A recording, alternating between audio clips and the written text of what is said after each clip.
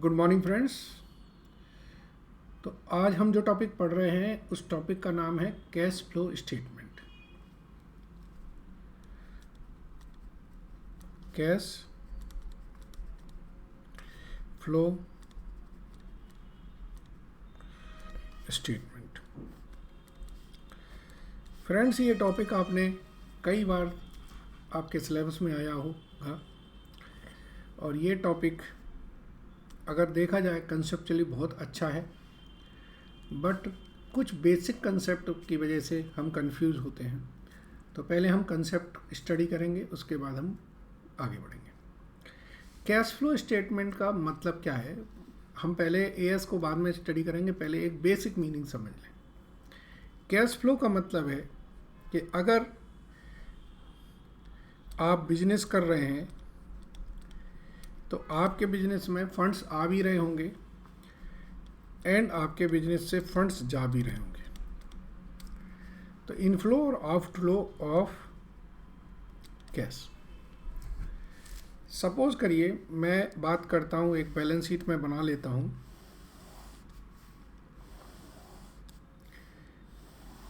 अभी हम आज पहले जो पुराने ज़माने में आज से 15 साल 20 साल पहले जो कैश फ्लो बनता था उसको स्टडी करेंगे। फिर रिवॉल्यूशन आया और रिवॉल्यूशन आने में AS3 आ गया।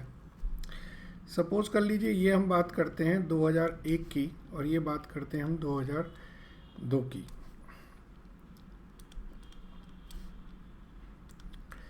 और ये 2001-2002 की मैं एक बैलेंस शीट बना लेता हूँ, ठीक है। अब आपने क्या है कि 2001 से 2002 तक बिजनेस किया तो कुछ तो चेंज आया होगा। तो सपोज कर लीजिए मैं यहाँ पे कहता हूँ कि यहाँ पर मेरी फिक्स एसेट्स थी 5 लाख की और यहाँ पर फिक्स एसेट्स हो गई हैं 6 लाख की। यहाँ पर मेरी फिक्स एसेट्स हैं, करंट एसेट्स 4 लाख की और यहाँ पर हो गई हैं 5 लाख की। अभी मैं बेसिक बात कर रहा हूँ, ठीक है। यहाँ पर मेरी शेयर कैपिटल थी 6 लाख की और यहाँ पर हो गई है शेयर कैपिटल 8 लाख की। यहाँ पर मेरे पास लोन था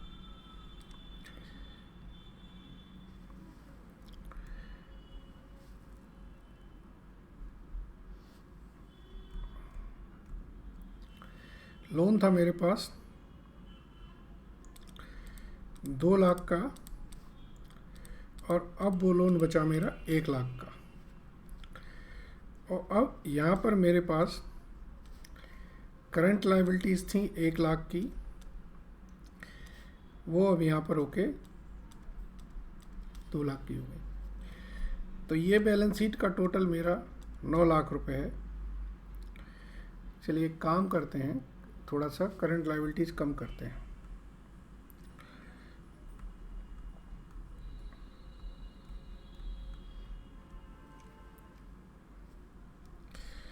यहाँ पर मेरे पास प्रॉफिट एंड लॉस था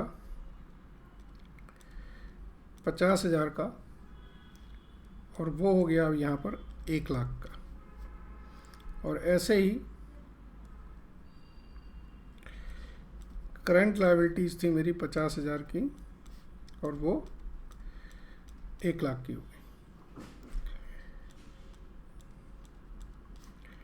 अगर किसी को हम ये बैलेंस शीट बताएं तो वो कहेगा ठीक है, इसमें कोई दिक्कत नहीं है, बैलेंस शीट ठीक है। लेकिन अब मैं कहूँगा 2001 से 2002 में जब आप गए तो क्या इनफ्लो हुआ है और क्या आउटफ्लो हुआ है, ये आप बताइए हमें। क्या तो पैसा आया है और क्या पैसा आपके पास गया है। जब ये बताने की बात आएगी तब आपको बैलेंस शीट को स्टडी करना पड़ेगा। फिर आप बैलेंस शीट को स्टडी करेंगे तो अब मैं आपको यहाँ से आपका इनफ्लो और आउटफ्लो समझाता हूँ।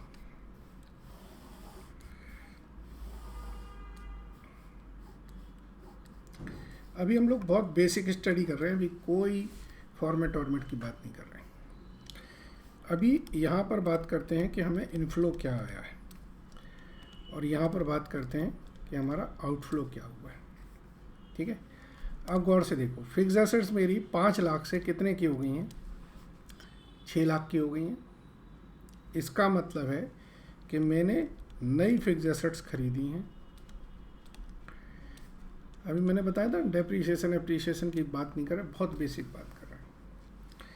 शेयर कैपिटल आपकी 60,000 से 6 लाख से 8 लाख हो गई, यानी कि आपने 2 लाख रुपए के फ्रेश शेयर इशू किए हैं, और फ्रेश शेयर इशू किए हैं तो पैसा आपके पास आया होगा। तो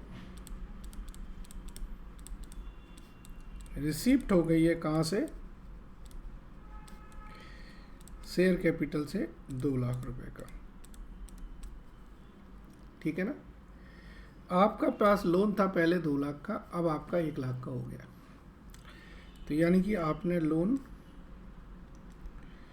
रिपे करा है 1 लाख रुपए से। ठीक है,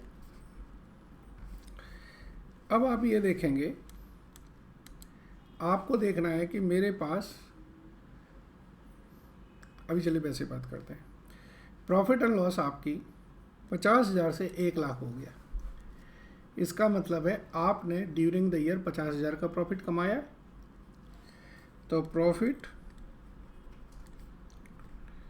अर्न किया आपने 50,000 का, ये भी तो इनफ्लो है, क्योंकि प्रॉफिट आया ना आपके पास। ऐसे ही आपकी करंट लायबिलिटीज़ आपकी 50,000 से 1 लाख हो गई।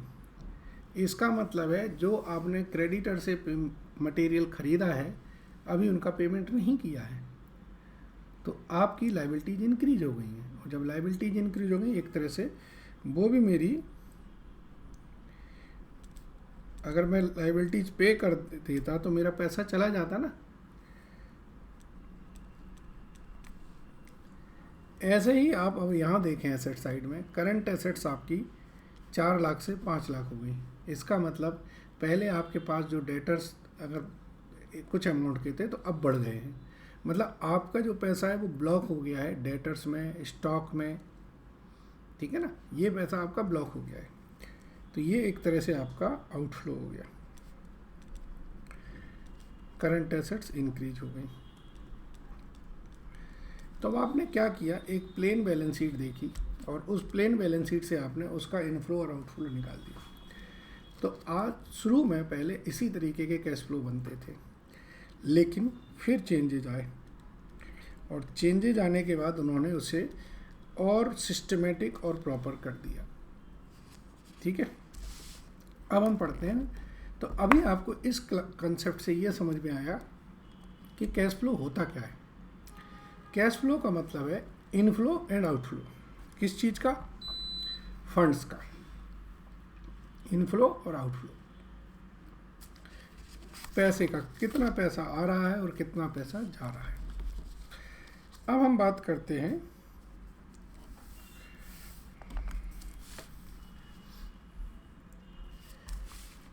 AS3 के हिसाब से।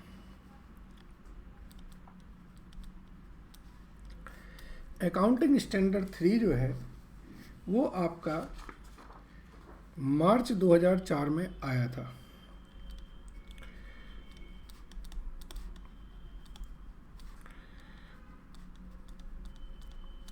ठीक है, और अकाउंटिंग स्टैंडर्ड 3 ने कहा कि सर आप जो कैश फ्लो है ना, उस कैश फ्लो को आप एक सिस्टमेटिक फॉर्मेट में बनाइए। ठीक है, ठीक है। तो उन्होंने कहा कैश फ्लो में जो आप इनफ्लो और आउटफ्लो है ना, उसको आप अलग अलग एक्टिविटीज़ में इन्वॉल्व करिए। तो आप लिखेंगे cash flow for the year ended. ठीक है,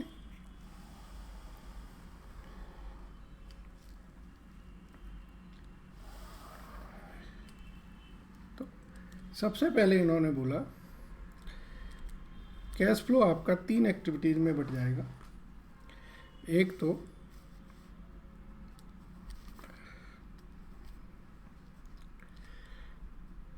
cash flow from operating activities.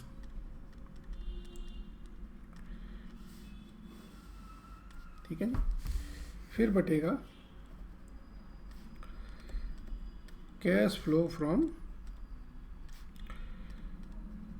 Investing activities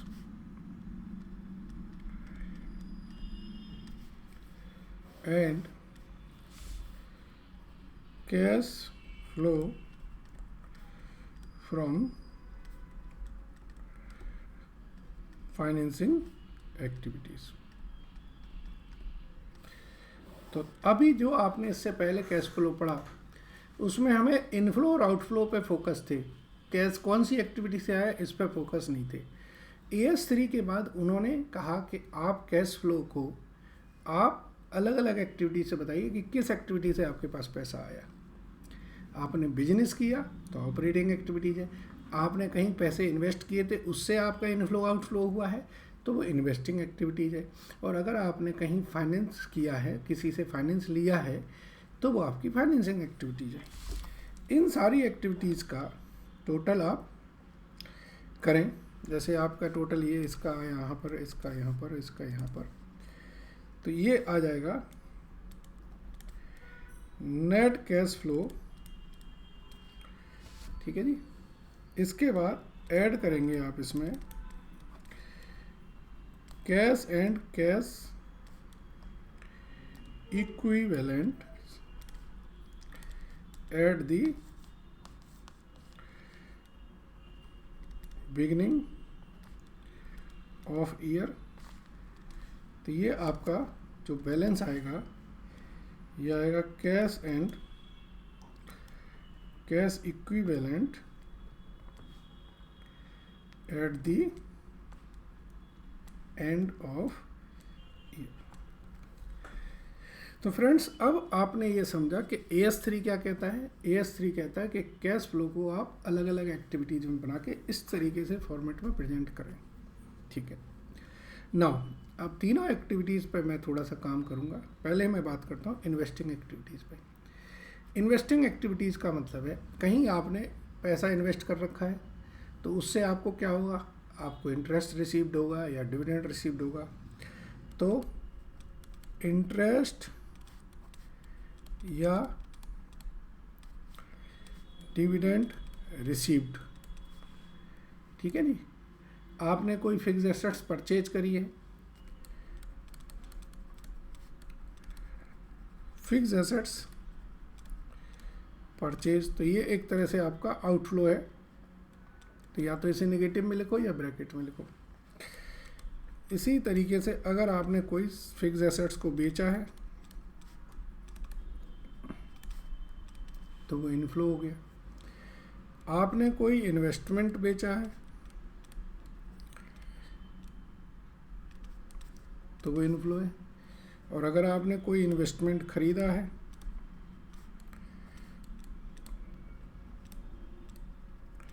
तो वो आपका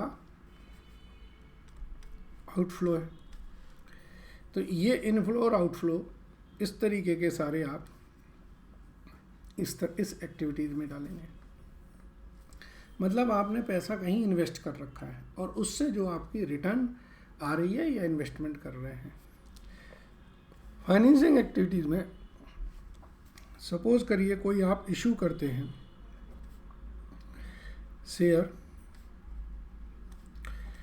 या कोई डिवेंचर आपने इशू किया है।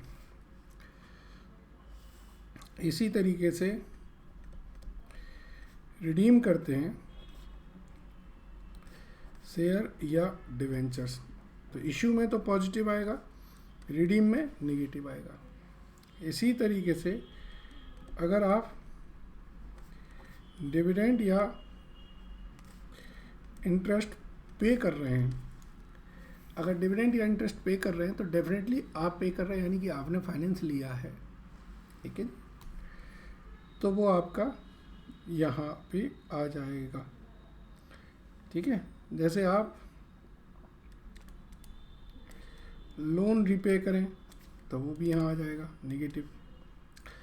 तो आप समझ गए होंगे कि फाइनेंस जो लेने वाला काम है उससे रिलेटेड सारी एक्टिविटीज़ यहाँ आ जाएगी। अब ऑपरेटिंग एक्टिविटीज़ में क्या आता है? ऑपरेटिंग एक्टिविटीज़ में होता है कैश फ्रॉम बिजनेस। तो फ्रेंड्स अब थोड़ा सा हम आगे बढ़ेंगे। ये इस एक्टिविटीज़ को समझाने के लिए मैं नेक्स्ट पेज पे जाता हूँ। इस एक्टिविटीज़ में हमारी दो मेथड होती हैं, मतलब इन्वेस्टिंग और फाइनेंसिंग एक्टिविटीज़ सेम चलती हैं, सिर्फ ऑपरेटिंग एक्टिविटीज़ हमारी दो मेथड से कैलकुलेट होता है।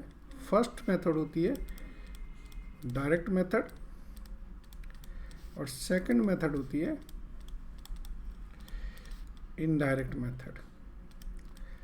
ठीक है, इसी ऑपरेटिंग एक्टिविटीज़ से निकालने के बेसिस पर हमारा कैश फ्लो दो मेथड से चलता है। या तो यहाँ पे लिखोगे आप डायरेक्ट मेथड और यहाँ पे लिखोगे या इनडायरेक्ट मेथड। कभी कभी क्वेश्चन में आपसे स्पेशली पूछ लिया जाता है कि आपसे कैश फ्लो कौन सी मेथड से बनाना है। तो कई बच्चे कंफ्यूज इस बात पे होते हैं कि पूरा कैश फ्लो में मतलब इन्वेस्टिंग और फाइनेंसिंग एक्टिविटीज़ में डायरेक्ट और इनडायरेक्ट लगता है। जी नहीं, सिर्फ डायरेक्ट और इनडायरेक्ट लगता है ऑपरेटिंग एक्टिविटीज़ में। ठीक है जी। तो ऑपरेटिंग एक्टिविटीज़ के लिए हम अलग से कैलकुलेशंस करेंगे।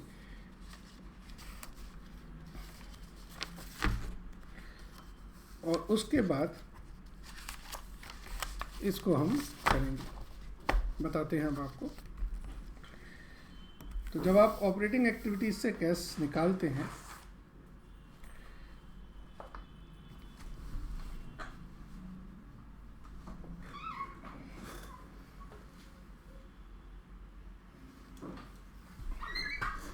एक मिनट सर,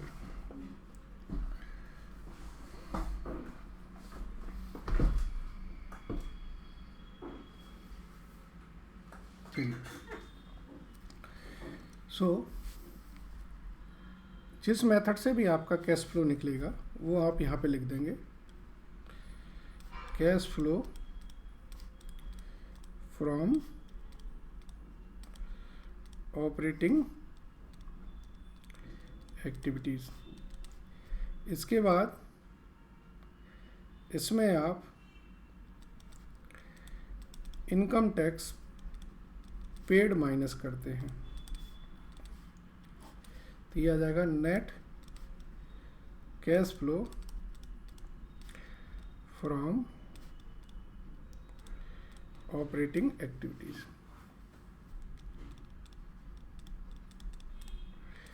तो फ्रेंड्स ये जो है इन दोनों मेथड से हम इसको कैलकुलेट करते हैं।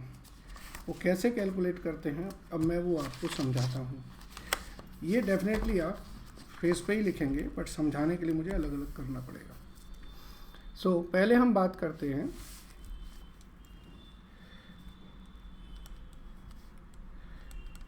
डायरेक्ट मेथड की। डायरेक्ट मेथड सबसे सिंपल मेथड है, लेकिन सभी बच्चों को ये थोड़ी सी टिपिकल लगती है। चलिए, डायरेक्ट मेथड का मतलब है कि कितना कैश आपके पास आया और कितना कैश आपने बेसिकली यूज्ड किया। ठीक है, so cash flow from operating activities, इसमें नंबर 1 पे लिखते हैं हम received from cash sale and collection from debtors. इसमें लेस कर देंगे हम paid to supplier and for cash purchase, और इसमें से ही लेस कर देंगे पेड फॉर एक्सपेंसेस। बस अब पेड फॉर एक्सपेंसेस, मतलब आपने कितना पैसा डेटर से कलेक्ट किया, इसमें से कितना पैसा आपने सप्लायर को कैश परचेज को पे कर दिया और कितना पैसा एक्सपेंसेस को पे कर दिया। तो this is your net cash flow from operating activities. ये आपका नेट कैश फ्लो आ गया ऑपरेटिंग एक्टिविटी से। अब फ्रेंड्स इसमें फिर वही मैंने जो बताया था, इनकम टैक्स पेड आप माइनस करेंगे तो वो आउटर कॉलम में आपका आ जाएगा। ठीक है जी।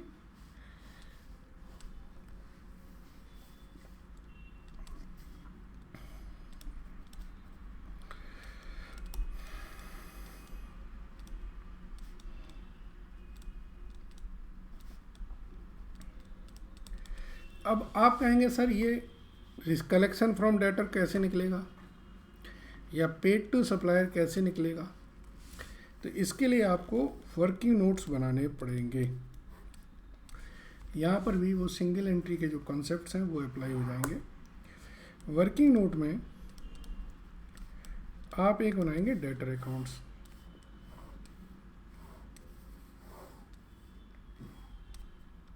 ठीक है जी। यहाँ पर आप लिखेंगे ओपनिंग बैलेंस, यहाँ पर लिखेंगे कितनी हमने क्रेडिट सेल की है, यहाँ पे लिखेंगे क्लोजिंग बैलेंस। यहाँ पर क्वेश्चन में अगर कोई बैड डेट्स दे रखे हैं, डिस्काउंट दे रखी है, कोई रिटर्न दे रखी है तो वो लिख देंगे। तो जो बैलेंसिंग फिगर होगी वो क्या होगी, कलेक्शन जो डेटर से मिला है। इसी तरीके से हम एक क्रेडिटर या सप्लायर अकाउंट बनाएंगे और यहाँ पर हम लिखेंगे ओपनिंग बैलेंस, यहाँ पर लिखेंगे हम क्लोजिंग बैलेंस, ठीक है जी। यहाँ पर लिखेंगे हम जो क्रेडिटर से क्रेडिट परचेज हुई है, तो यहाँ पर जैसे हमने उन्हें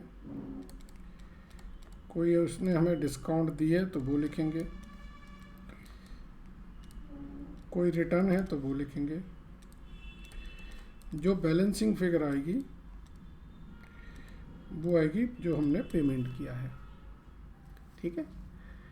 इसी तरीके से एक्सपेंसेस की बात करें, जो एक्सपेंसेस फॉर द ईयर है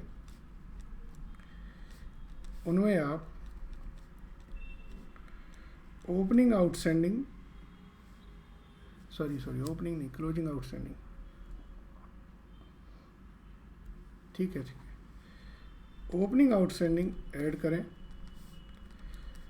क्लोजिंग आउटस्टैंडिंग लेस करें, क्लोजिंग के प्रीपेड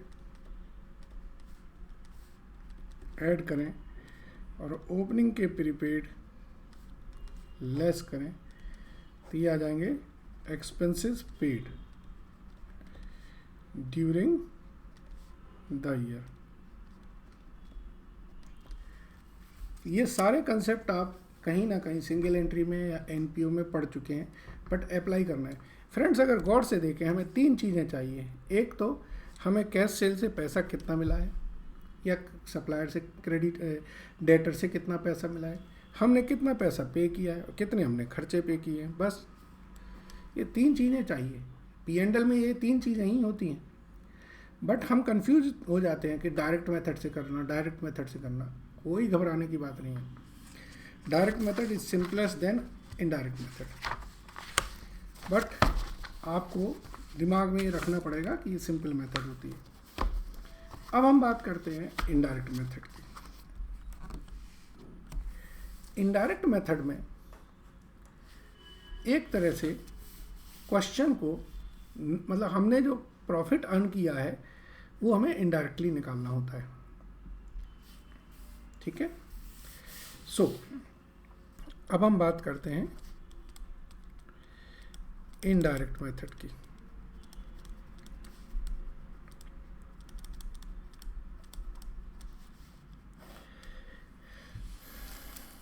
आप कैश फ्लो बनाएंगे,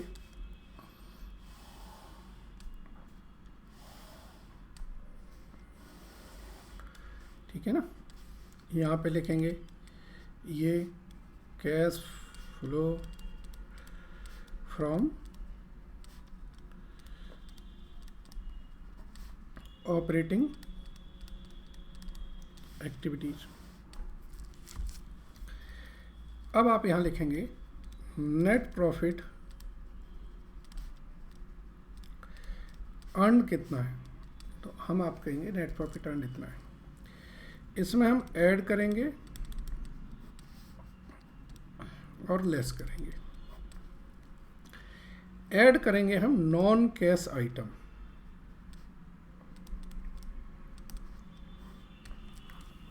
नॉन कैश आइटम जो नेट प्रॉफिट निकालते वक्त हमने हटा दिए थे, माइनस कर दिए थे, जिनमें आता है डेप्रीशिएशन, ठीक है जी, loss on sale of assets, preliminary expenses written off, या कोई भी एक्सपेंसेस रिटन ऑफ या गुडविल, कुछ भी जो भी रिटन ऑफ हो रहा है, ठीक है। प्रोविजंस, ये सारे हमारे नॉन कैश आइटम्स होते हैं, ये हम हटाएंगे। इसी तरीके से नॉन कैश आइटम या non cash expenses word use करें ज़्यादा अच्छा है। इसी तरीके से इसमें से हम नॉन कैश इनकम्स वो हैं उन्हें हटा दें, जैसे कि profit on sale of assets, ठीक है, प्रोविजन रिटन बैक। इसके अलावा हमें जो हटाने हैं वो भी देख लीजिए। ऐड यहाँ पे करना है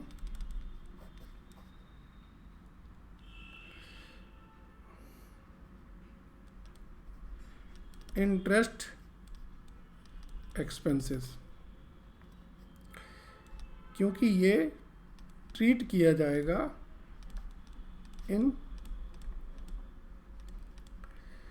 फाइनेंसिंग एक्टिविटीज़ में। इसका ट्रीटमेंट सीधा फाइनेंसिंग एक्टिविटीज़ में होगा, तो यहाँ से हटाया जाएगा। ऐसे ही लेस करना है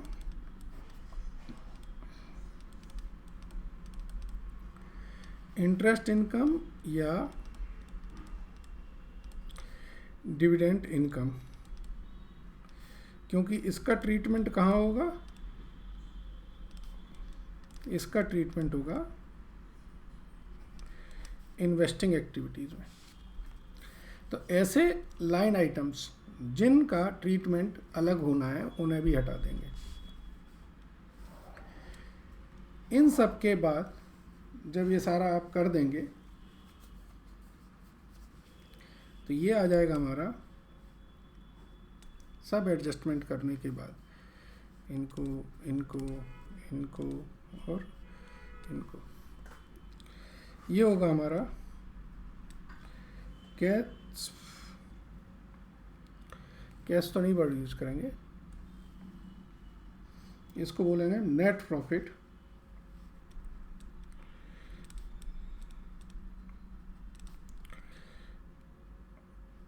आफ्टर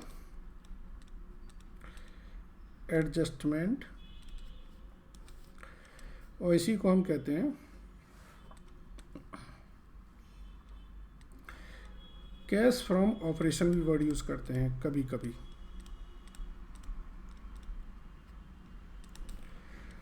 ठीक है। अब यहाँ पर वो कंसेप्ट आ जाता है क्या, यहाँ पर कंसेप्ट आता है अगर हमारी करंट एसेट्स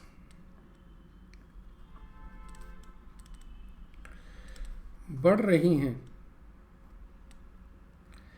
तो इसका मतलब है हमने पैसा करंट एसेट्स में घटाया, लगा दिया है, और करंट एसेट्स अगर कम हो रही हैं तो पैसा करंट एसेट्स से आया है।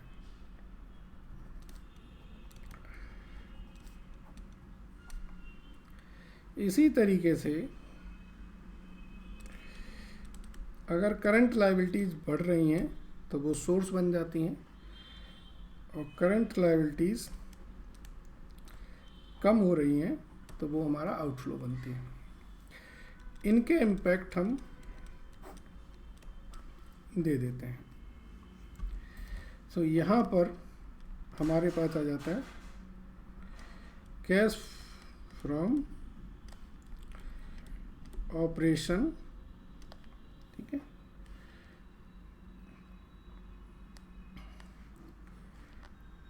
या ऑपरेटिंग एक्टिविटीज कर दीजिए। अब यहाँ पर फिर जो इनकम टैक्स पेड है, वर्ड ध्यान दीजिए, पेड लिखा है, वो माइनस करते हैं। तो यहाँ पर लिखता है net cash flow from operating activities. तो फ्रेंड्स, ये जो तरीका है इनडायरेक्ट मेथड में, ये आप लोगों ने कई बार किया होगा। अब इस तरीके का हमारे पास एक शॉर्टकट तरीका है, तो मैं आपको कभी रिकमेंड नहीं करूँगा कि आप इस स्टेटमेंट फॉर्मेट में जाएं। इतने पोर्शन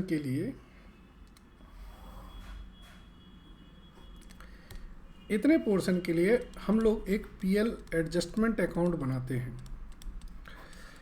इसका बेनिफिट ये होता है कि वो हमारे ये एडजस्टमेंट ऑटोमेटिकली वहाँ से निकल जाते हैं। तो आपकी पीएल एडजस्टमेंट से हमारी ये कैलकुलेशन डायरेक्ट निकल आएगी। ठीक है, चलिए मैं बताता हूँ।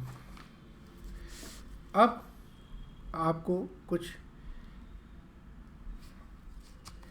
बेसिकली जब आप क्वेश्चन करेंगे तो आपने क्या करना है, आपने एक तो कैश फ्लो स्टेटमेंट बनाना है, बना दिया। इस कैश फ्लो स्टेटमेंट के बाद फिर आप वर्किंग नोट्स बनाएंगे, और वो वर्किंग नोट्स में क्या क्या बनेंगे उनको समझ लीजिए। मैं इन वर्किंग नोट्स को टी फॉर्मेट में बना रहा हूँ, बट आप टी फॉर्मेट में नहीं बनाएंगे। मैं टी फॉर्मेट में इसलिए बना रहा हूँ जिससे कि मैं एक ही पेज पे सारे वर्किंग नोट की कोरिलेशन समझा सकूँ। ठीक है, तो टी फॉर्मेट का मतलब होता है हम अकाउंट्स को इस फॉर्मेट में बनाएंगे, मतलब हम इसमें ज़्यादा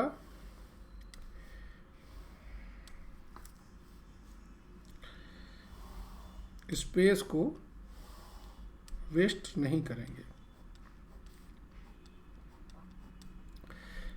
तो एक आप बना लेंगे पीएल एडजस्टमेंट अकाउंट। ठीक है, इस पीएल एडजस्टमेंट अकाउंट से हमारा क्या बनेगा, इस पीएल एडजस्टमेंट से हमारा कैश फ्रॉम ऑपरेशन निकलेगा, मतलब net profit plus add non cash items वगैरह जो करते हैं वो सब आ जाएगा। एक आपका फिक्स एसेट्स अकाउंट बनेगा, नॉर्मली ये बनेगा ही बनेगा।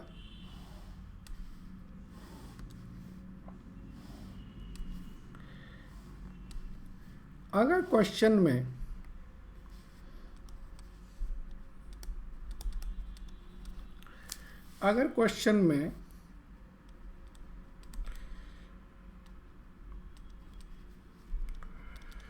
दिया हुआ है fix assets and provision for depreciation अलग अलग, तो if fix assets and provision for dep separately given, अगर सेपरेटली गिवन है देन आप 3 अकाउंट बनाएंगे। एक तो फिक्स एसेट्स अकाउंट बनाएंगे एट कॉस्ट, ठीक है। एक अकाउंट बनाएंगे प्रोविजन फॉर डेप अकाउंट्स,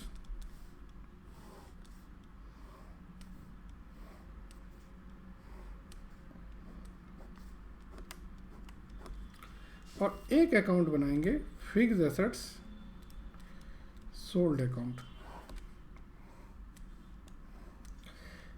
जब भी ऐसा हो कि आपके बुक में क्वेश्चन में लिखा हो fixed assets at cost less provision for depreciation और एक्यूमुलेटेड डेप्रीशिएशन, इसको एक्यूमुलेटेड डेप्रीशिएशन भी बोलते हैं, तब आप ये 3 अकाउंट बनाएंगे। ठीक है, अब समझिए कैसे इनकी प्लेसमेंट होगी। पहले हम इसकी बात कर दें। ये कब बनेगा? जब आपको fixed asset written down value पे दी होगी। तो यहाँ पर आप लिखेंगे ओपनिंग बैलेंस, यहाँ पर लिखेंगे क्लोजिंग बैलेंस। कोई एसेट्स बेची है तो एक तरह से आ जाएगी यहाँ पर सेल वैल्यू, फिर लॉस ऑन सेल है तो वो यहाँ पर आ जाएगा, डेप्रीशिएशन फॉर द ईयर है वो भी आ जाएगा यहाँ पे। तो यहाँ जो बैलेंसिंग फिगर आएगी वो क्या आएगी?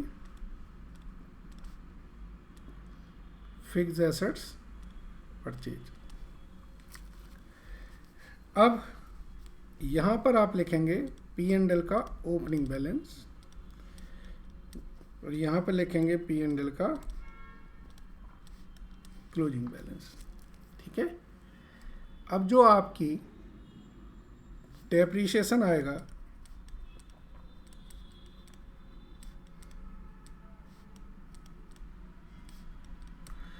वो आप यहाँ पे लिखेंगे, जो लॉस ऑन सेल है वो आप यहाँ पे लिखेंगे, loss on sale of fixed assets. अगर सपोज करो प्रॉफिट ऑन सेल होता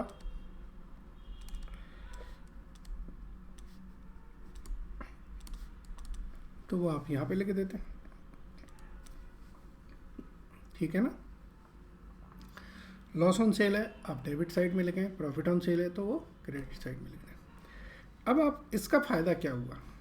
यहाँ हमने क्रेडिट किया, ये डेबिट कर दिया, यहाँ हमने क्रेडिट किया, ये डेबिट कर दिया। तो हमारे मेंटली हमें पता है डेबिट क्रेडिट हम कर रहे हैं। ठीक है, इसलिए ये इजी रहता है हमारे लिए। अगर ये इस वर्किंग में चलेगा तो कैसे होगा? एक तो हमें इसका ओपनिंग बैलेंस दिया रहेगा और इसका क्लोजिंग बैलेंस भी दिया रहेगा, बैलेंस शीट में ही है वो। तो ऐसे ही प्रोविजन फॉर डेप्रीशिएशन का हमें ओपनिंग बैलेंस दिया रहेगा और क्लोजिंग बैलेंस भी दिया रहेगा। ये दोनों चीज़ें बैलेंस शीट में दी रहेंगी। क्वेश्चन में ये गिवन होगा कि जो एसेट्स हमने बेची है उसकी कॉस्ट क्या है, तो उसको आप यहाँ से निकाल देंगे। किस अकाउंट में ले जाएंगे? फिक्स्ड एसेट्स सोल्ड अकाउंट में। Cost of fixed assets sold, तो वो यहाँ आ जाएगी टू फिक्स्ड एसेट्स अकाउंट से। उसी क्वेश्चन में ये लिखा होगा कि जो एसेट्स बेची है उस पर अभी तक का डेप्रीशिएशन इतना है, तो वो भी आप यहाँ से ले जाएंगे to fixed assets sold, accumulated dep on assets sold, वो आपने एक्यूमुलेटेड डेप्रीशिएशन अकाउंट से ले आए यहाँ पर। अब जो बेचना है वो सब यहीं बेचें। यहाँ पर लिखें बाय बैंक, क्या? Sale value. तो जो प्रॉफिट और लॉस है, लॉस ऑन सेल या प्रॉफिट ऑन सेल, वो सब यही हो जाएगा। तो आपने क्या किया कि जो एसेट्स बेची है बिल्कुल उसको सेपरेट कर दिया। अब इसका फ़ायदा क्या होगा कि इसमें जो बैलेंस आएगा वो आ जाएगा डेप्रीशिएशन फॉर द ईयर। जो इस साल का डेप्रीशिएशन है वो। और यहाँ पर अगर कोई बैलेंस आ रहा है तो सपोज कर लीजिए कि वो हमने कोई फिक्स्ड एसेट्स परचेज करी होगी हमने, ठीक है। सो फ्रेंड्स, बाकी आपको सारी चीज़ें और क्वेश्चन से ही मिलेंगी, जैसे इंटरेस्ट रिसीव्ड है, डिविडेंड रिसीव्ड है, वो आपके यहाँ लिखेंगे, इंटरेस्ट पेड है, provision for taxation, provision for dividend, interim dividend, ठीक है। कोई भी एक्सपेंसेस रिटर्न ऑफ हुए हैं,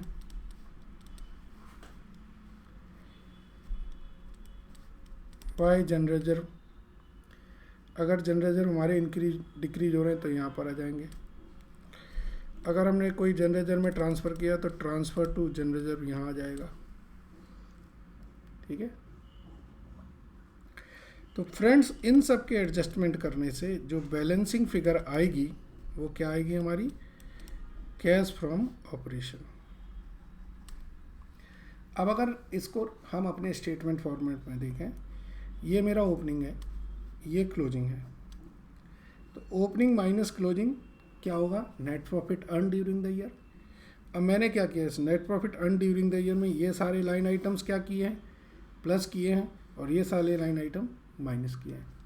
यही गौर से देखो, स्टेटमेंट में भी मैं यही कर रहा था, बट अकाउंट फॉर्मेट में करने से मुझे काफ़ी इजी हो जाएगा। फ्रेंड्स, इसके अलावा एक अकाउंट आप बना लीजिए, provision for tax account. Accounts और भी बन सकते हैं, डिपेंड्स कि आपके क्वेश्चन में कितनी इन्फॉर्मेशन है, बट ये नॉर्मली बन ही जाते हैं। और एक बना लीजिए प्रपोज्ड डिविडेंड अकाउंट।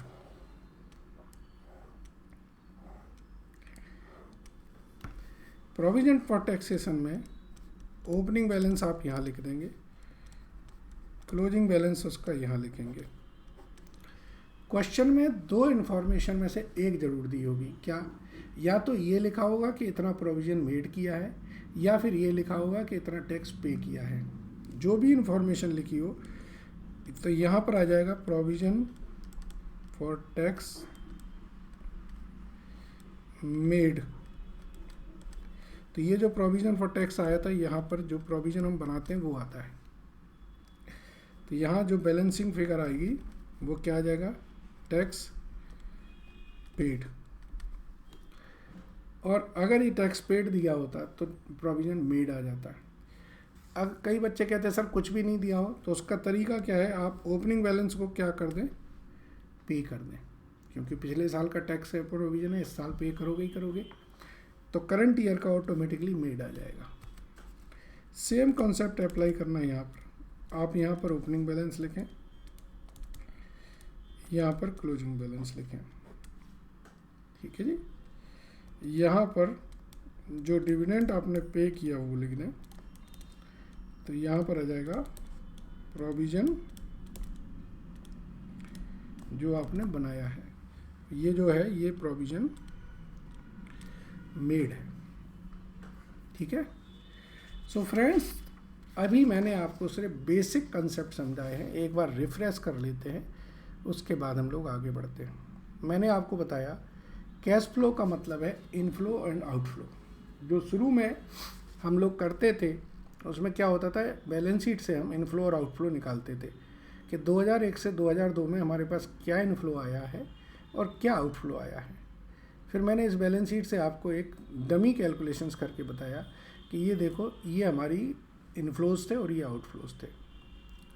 फिर मैंने आपको समझाया कि AS3 आने के बाद AS3 ने कहा कि भाई कैश फ्लो आप बनाएं, एक वर्टिकल फॉर्मेट में बनाएं, और इसमें इनफ्लो और आउटफ्लो नहीं, आप इसमें बताएं कि किस एक्टिविटी से आपको इनफ्लो आउटफ्लो हुआ है। तो कैश फ्लो को उन्होंने 3 पार्ट में बांट दिया, operating activities, investing activities and financing activities. ठीक है, इन्वेस्टिंग एक्टिविटीज़ में जो भी हमने इन्वेस्टमेंट कर रखे हैं उनके इन्वेस्टमेंट करने का और इन्वेस्टमेंट की रिटर्न हमारी इस एक्टिविटी में आएंगी। फाइनेंसिंग एक्टिविटी में जो भी पैसा आपने ले रखा है उस पर आपने जो पेमेंट करी है वो आएंगी। इसके बाद नीचे नेट कैश फ्लोज आ जाता है, इसमें ऐड कर देते हैं हम opening cash and cash equivalent, तो बचता है हमारा cash and cash equivalent at the evening. सबसे ऊपर हम कैलकुलेशन करते हैं कैश फ्रॉम ऑपरेटिंग एक्टिविटीज़ की। कैश फ्रॉम ऑपरेटिंग एक्टिविटीज़ हम 2 तरीके से निकाल सकते हैं, डायरेक्ट मेथड और इनडायरेक्ट मेथड। डायरेक्ट मेथड हमें ये कहता है कि आप डायरेक्टली कैलकुलेशन करें, वो हमने अगले पेज पे समझाया था। इस एक्टिविटी के बेसिस पर ही कि डायरेक्ट मेथड से निकाल रहे हैं कि इनडायरेक्ट मेथड से, क्वेश्चन की कैश फ्लो डायरेक्ट और इनडायरेक्ट मेथड चलती हैं। मतलब ऑपरेटिंग एक्टिविटीज़ में ही डायरेक्ट इनडायरेक्ट लगती है, इन्वेस्टिंग और फाइनेंसिंग में नहीं लगती है। तो इन दोनों मेथड से जो आपका कैश फ्लो ऑपरेटिंग एक्टिविटीज से निकलेगा उसमें से हम इनकम टैक्स पे माइनस कर देते हैं, तो नेट कैश फ्लो बचता है। ठीक है, फिर हमने बताया कि डायरेक्ट मेथड से कैसे निकलता है। तो डायरेक्ट मेथड से मैंने बताया कि आपको 3 कैलकुलेशंस करनी है। एक तो डेटर से और कैश सेल से कितना पैसा आया है, क्रेडिटर को और कैश परचेज को आपने कितना पैसा दिया है, और कितना पैसा आपने एक्सपेंसेस में पे किया है। इसके लिए डेटर क्रेडिटर अकाउंट बना लेते हैं। डेटर क्रेडिटर से आपके जो बेस इंफॉर्मेशन होती हैं उनसे हमारी कलेक्शन और पेमेंट निकल आती है। एक्सपेंसेस अगर दे रखे हैं तो उससे हम आउटस्टैंडिंग और प्रीपेड के एडजस्टमेंट करके एक्सपेंसेस पेड निकाल सकते हैं। इनडायरेक्ट मेथड के लिए मैंने बताया, ये आप बचपन से ही समझते आ रहे हैं, फिर से मैंने समझाया है कि ऑपरेटिंग एक्टिविटीज़ में जब हम इनडायरेक्ट मेथड्स कहते हैं तो हमें जो net profit during the year earn किया है उसमें हम नॉन कैश आइटम, ऐसे आइटम जो कैश में पे नहीं किए उन्हें ऐड कर लेते हैं, या ऐसे आइटम जिनको हमने बेसिकली दूसरी एक्टिविटीज़ में उनके ट्रीटमेंट करने उनको भी ऐड कर लेते हैं, और इनकम है तो उन्हें लेस कर लेंगे। तो ये हमारी कैश फ्लो निकल आती है। फिर कैश फ्रॉम ऑपरेशन कहते हैं हम इसे। इसके बाद फिर इसमें करंट एसेट्स इंक्रीज और डिक्रीज के एडजस्टमेंट कर देते हैं, तो ऑपरेटिंग एक्टिविटीज़ से हमारी कैश निकल आती है। फिर इसमें इनकम टैक्स पेड जो हमने पहले ही बताया था वो ट्रीटमेंट डालते हैं, तो हमारी नेट कैश फ्लोज आ जाती हैं। मैंने आपको ये बताया कि जो ये एक्टिविटीज़ है जिसमें हम नेट प्रॉफिट में ये सब ऐड और लेस करते हैं, इसका दूसरा और शॉर्टकट तरीका है कि आप इसे P&L एडजस्टमेंट से कर दें। सो P&L एडजस्टमेंट में हम एक PL अकाउंट बना लेते हैं। PL के ओपनिंग बैलेंस दिया रहता है क्वेश्चन में कि जनरल रिजर्व का ओपनिंग बैलेंस इतना है, P&L का है, ओपनिंग बैलेंस और क्लोजिंग बैलेंस यहाँ लिख देते हैं। इसके बाद जो डेप्रीशिएशन फॉर द ईयर है, लॉस ऑन सेल है, इंटरेस्ट पेड है, प्रोविजन मेड है, ये डेबिट साइड में नॉर्मली लिखे ही जाते हैं, और क्रेडिट साइड में incomes, profit on cell, dividend received, interest received, ये सब यहाँ लिख देते हैं। तो बैलेंसिंग फिगर हमारी कैश फ्रॉम ऑपरेशन आती है। ये वर्किंग नोट्स हैं। जैसे फिक्स एसेट्स का अगर रिटर्न डाउन वैल्यू मेथड्स पे बनाना है तो एक अकाउंट बनेगा, और अगर क्वेश्चन में फिक्स एसेट्स और प्रोविजन फॉर डेप्रीशिएशन या एक्यूमुलेटेड डेप्रीशिएशन अकाउंट दिए हैं तो फिर ये 3 अकाउंट बनेंगे। प्रोविजन फॉर टैक्स अकाउंट बना देंगे, प्रोपोज डिविडेंड अकाउंट बनाएंगे, और इसके बाद अगर कोई और भी ज़रूरत पड़ती है तो उन अकाउंट्स को भी बनाना पड़ेगा। तो ये पूरा एक कैश फ्लो की समरी है कैलकुलेशंस के लिए। अब धीरे धीरे हम एक एक क्वेश्चंस करके आपको कंसेप्चुअली और डेवलप करेंगे। आई होप आपको क्लियर हैं अभी तक चीज़ें। एक बार इस वीडियो को दोबारा देखेंगे तो और क्लियर हो जाएंगे। Thank you very much.